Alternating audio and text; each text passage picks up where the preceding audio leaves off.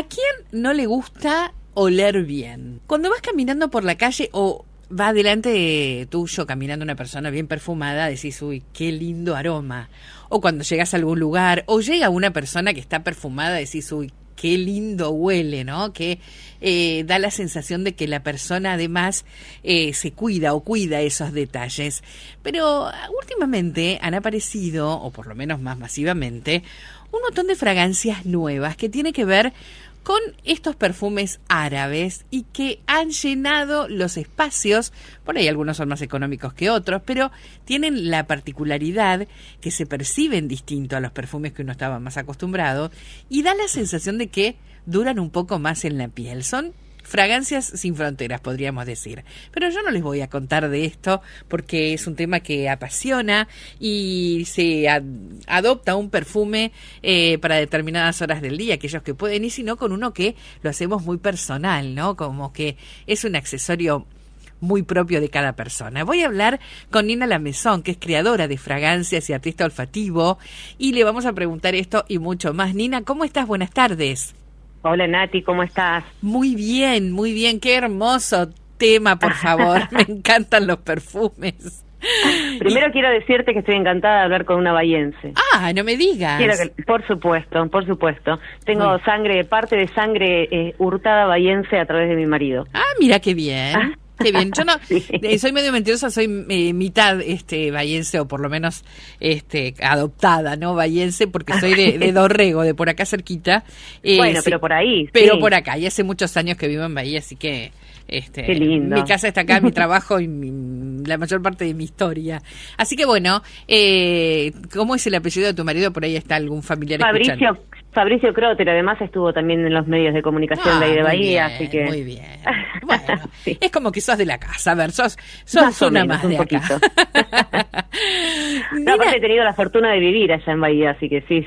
Perfectamente, conoces esto. Viste que el bahiense y la bahiense son bastante cuidadosos de su imagen, de la estética y del olor personal. Sí, total, son súper cuidadosos, mucho más que en otros lugares. Me da la sensación que sí. Que se cuidan más, y los perfumes, ni hablar. Sí, la estética por sobre todo, y obviamente que los perfumes también. Uh-huh. Es muy interesante el tema que tocaste, el tema de la perfumería árabe. Está por todos lados y se notan distintos, tienen otra composición, no sé, la que perfumista sos vos, y por qué perduran tanto, ¿no? Esos perfumes que tal vez en alguna época, me parece que tiene que ver con que las épocas van cambiando y las personas obviamente también, y algún perfume que te parece muy fuerte o muy raro en algún momento, cuando pasan los años lo aceptás de otra manera.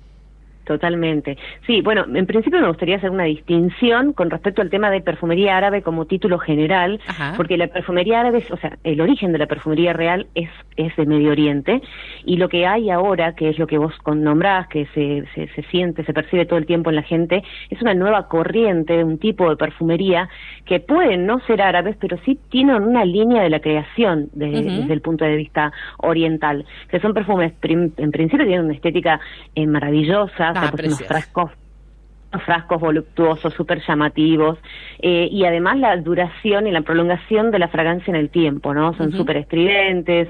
No todas son así, porque hablar de forma genérica sería un error. Hay perfumes que son cítricos dentro de todos los mundos árabes, pero la mayoría que se conoce hoy en día sí son bastante invasivos. Sí. Aparecen como a modo de contrastar un poco lo que es la perfumería de diseño, que mantiene otro estilo, ¿no? Están apuntados a públicos totalmente distintos. Yo creo que es una corriente que vino para quedarse y que le dio la posibilidad a un montón de personas de acceder a perfumería que quizás en otros costos no podrían. Sí, tal cual. Además, la gente que tiene la posibilidad de poder elegirlos y demás, siempre hay alguno que marca tendencia o se pone más de moda. Acá es como que todo se ponía de moda. Ya el packaging es impresionante, como lo nombrabas, y las fragancias también. ¿Viste cuántas veces te pones un perfume y dices, uy, no, yo no me lo siento, la gente que tengo alrededor sí, y a mí me parece, con los árabes me da la sensación de que todos lo perciben, el de afuera y el propio.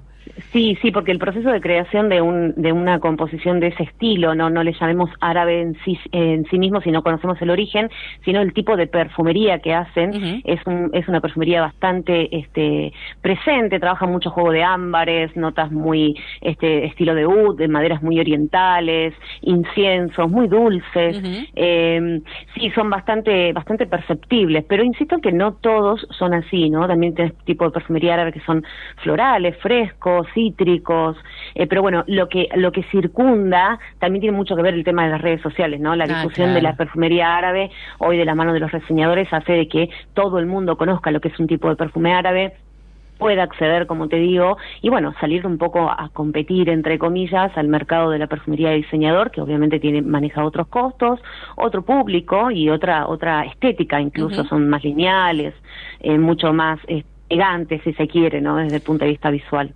Ahora, te pregunto, al margen de que después te voy a preguntar cómo se diseña un perfume, si te lo piden o no, o las notas, bueno, sos la especialista.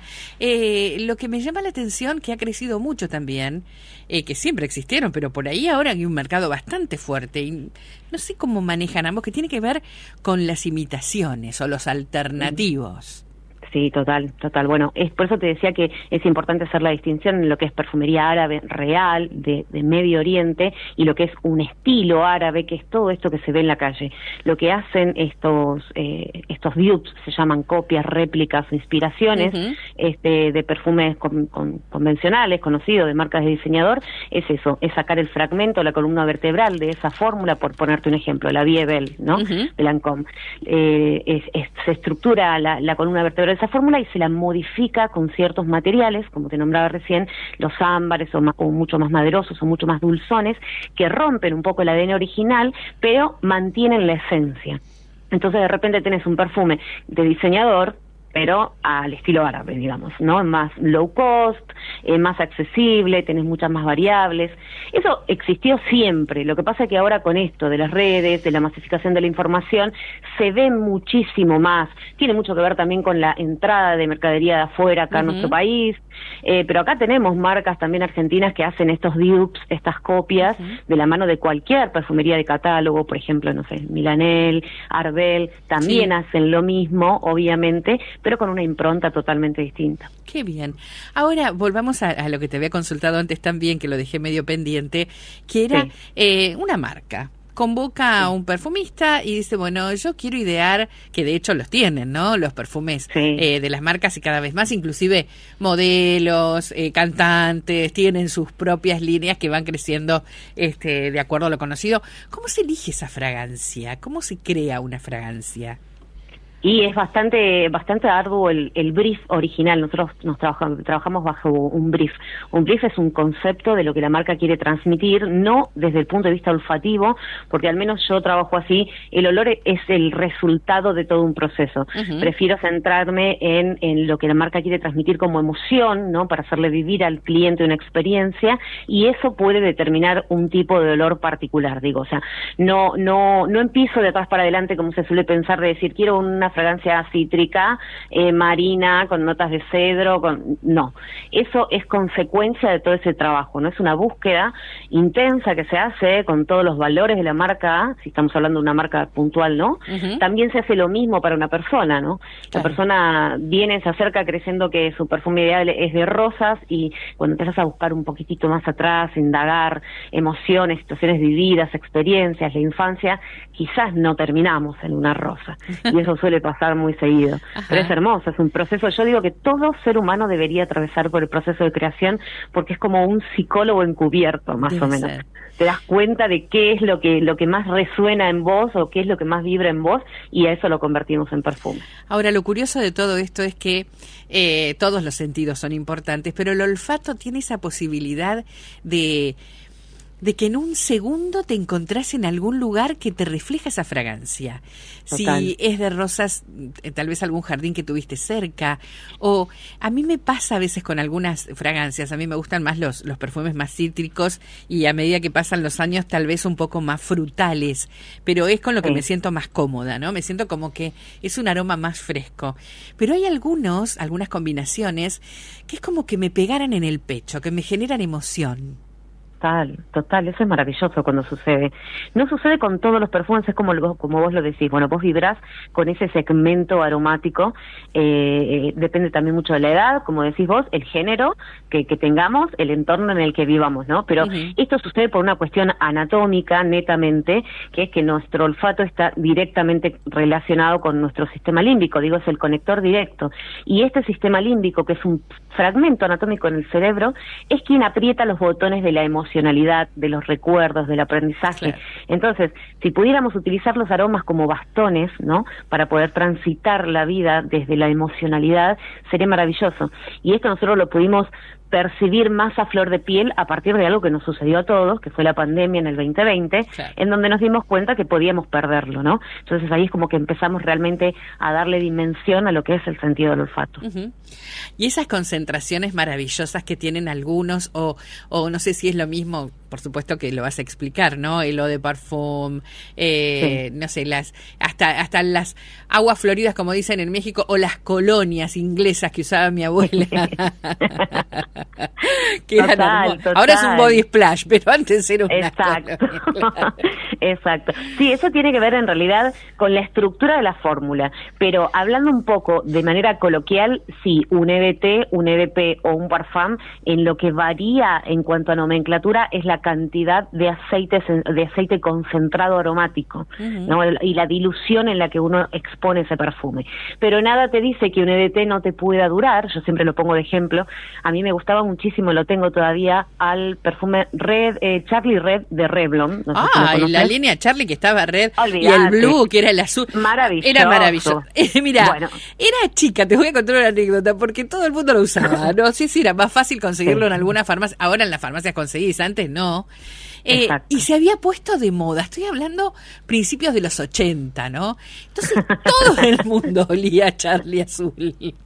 Sí, yo lo amo porque fue uno de mis primeros perfumes, entonces lo amo. Sí. Y lo tengo hoy en día y lo guardo como reliquia. Bueno, vos sabés que ese perfume, ¿te acordás la potencia que tenía? Sí, absolutamente, sí, claro. Bueno, pero es un EDT. O sea que si yo me voy a la teoría del libro, un EDT no me debería durar más de 4 o 5 horas, sin embargo ese perfume a mí me dura 10.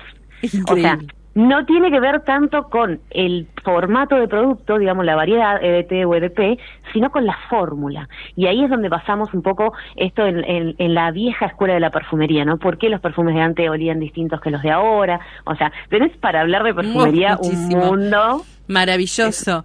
Pero además ahora las esencias da la sensación de que son más... son químicas, o sea, son producidas, no tengo la palabra, me la tengo en la punta de la lengua, artificial, sí, sintéticas o artificiales, digamos, que si bien es más difícil encontrarlos los productos naturales, o cómo ha ido cambiando desde, bueno, los tiempos en que se usaba el almizcle, que se sigue usando y demás, o cómo tenían que extraerlo porque tiene que ver con unas glándulas de un animal. Sí, en realidad hoy en día no se permite la utilización del almizcle natural, al menos lo que tiene que ver con la Unión Europea, que es donde bajo el paraguas que nosotros nos regimos, ¿no?, como legislación sanitaria.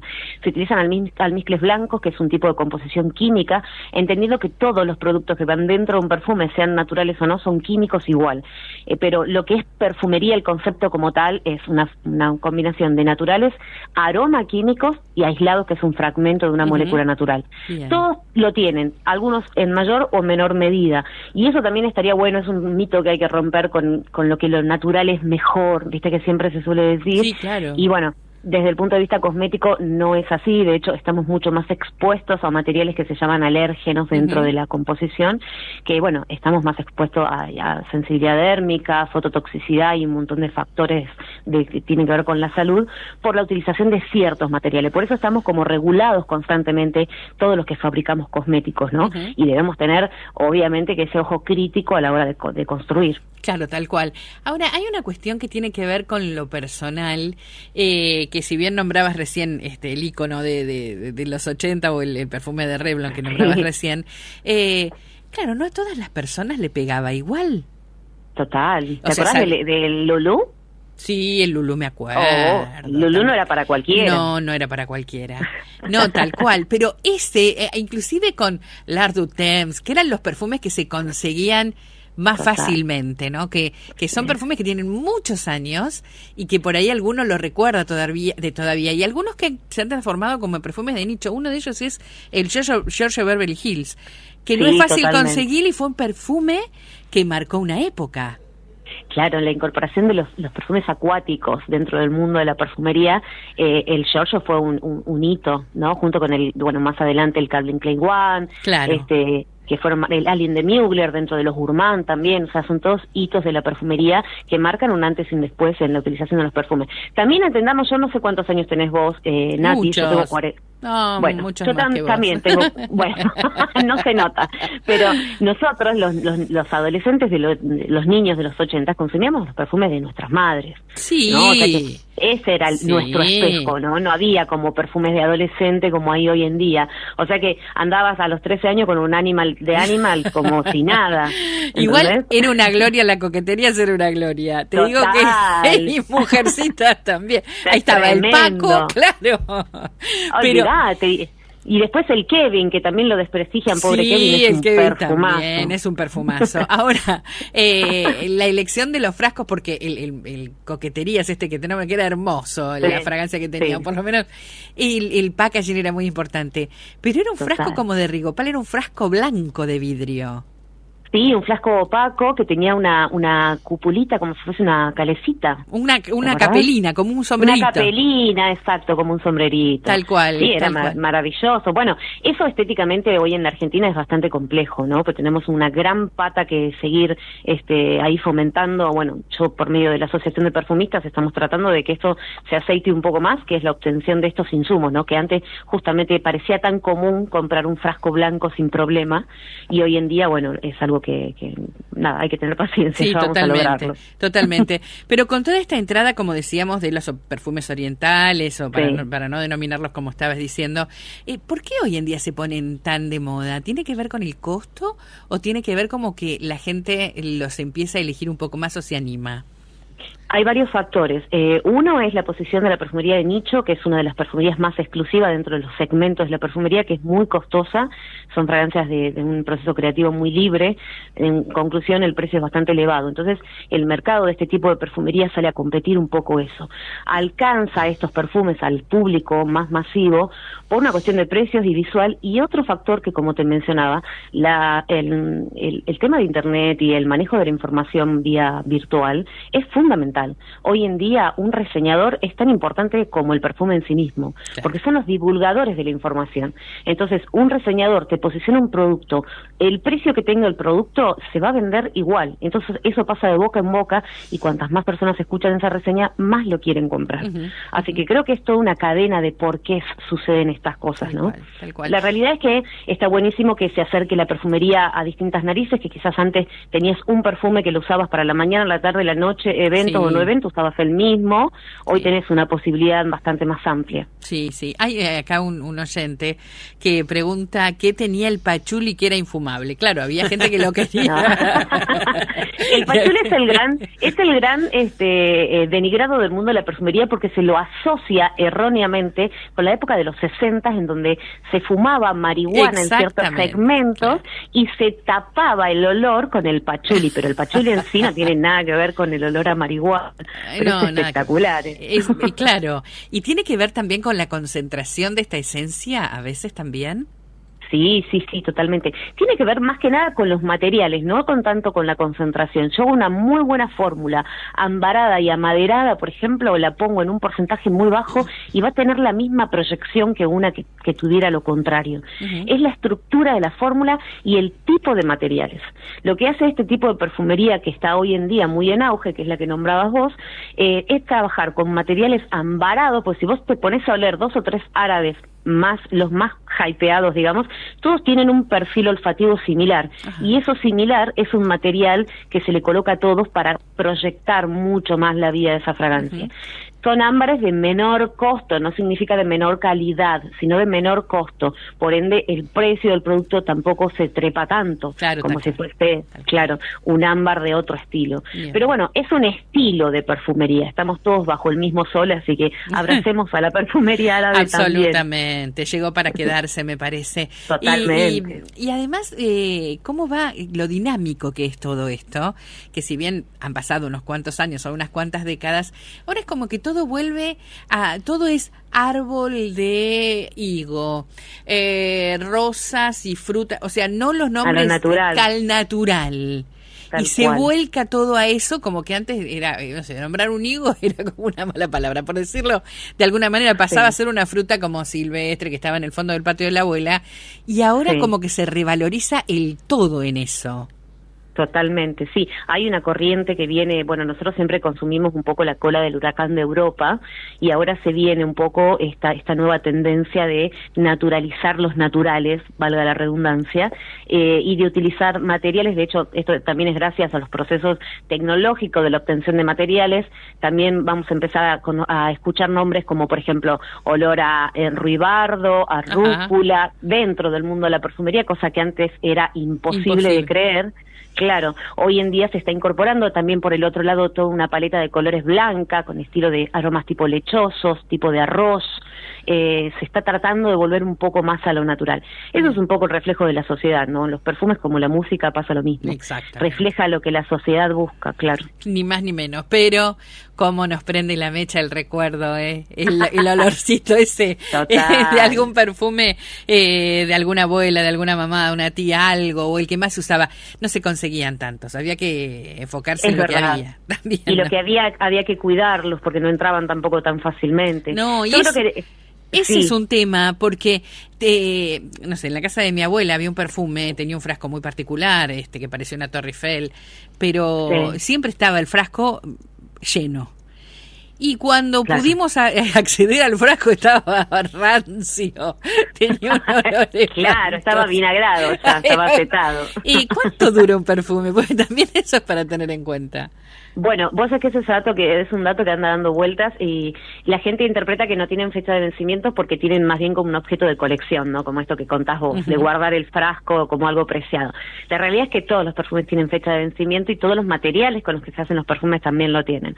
Así que no podés tener un perfume, o no podés, entre comillas, más de 2 o 3 años debería ser el tiempo suficiente para que vos puedas disfrutar de la composición. Perfecto. Y que no suceda ningún proceso de oxidación, porque ahí volvemos a caer en el tema que te decía, el tema de los alérgenos, ¿no? Hay que tener cuidado y ser muy conscientes que dentro de ese frasco también hay materiales que pueden ocasionarnos algún tipo de problema desde el punto de vista de salud. Sí, tal cual. Nina, la verdad que me encantó la charla, estaría muchísimo más. Acá un oyente que dice que la abuela usaba colonia franco-argentina, que parece una damajuana de 5 litros. Eso, ¡qué belleza! Sí, pero además eso también... es amor, ¿no? O por lo menos mi abuela era... Capaz que yo tenía un olor horrible cuando iba a visitarla porque siempre me ponía perfume. No, pero imagínate, o sea, cómo podemos revivir, ¿no? Tal cual como lo dice la palabra, revivir toda nuestra infancia. A través de un olor, el olor de los cajones, de los jabones de las abuelas. Absolutamente. El aftershave del abuelo cuando se afeitaba, o sea, nada, el olor a guiso, el olor al patio de casa. Por eso el aroma y las fragancias nos transportan de una manera maravillosa, ¿no? Por Totalmente. Eso es así. Nina, un placer conocerte, un placer que estés casada con un bahiense, que sepas de lo que te hablo de por acá. Por supuesto. Y ahora próximamente espero verte, porque vamos a ir a Bahía Blanca con una cata de materias primas ahora a fin de mes, así que bueno, espero conocerte. Me encantaría. Bueno, ¿la tenés a Martina ahí como para pasarle toda la data? Te lo pido por favor, así nos encontramos, porque claro estaría fantástico. Bueno, y este es un tema sumamente apasionante, ¿no? Que el tema de los perfumes, y que es una prenda más, es algo que te acompaña para siempre. Te agradezco muchísimo el contacto y que tengas un excelente día. Un abrazo grande, Nati, besos a todos. Gracias, igualmente. Bueno, ahí estaba entonces Nina Lamezón, creadora de fragancias y artista olfativo.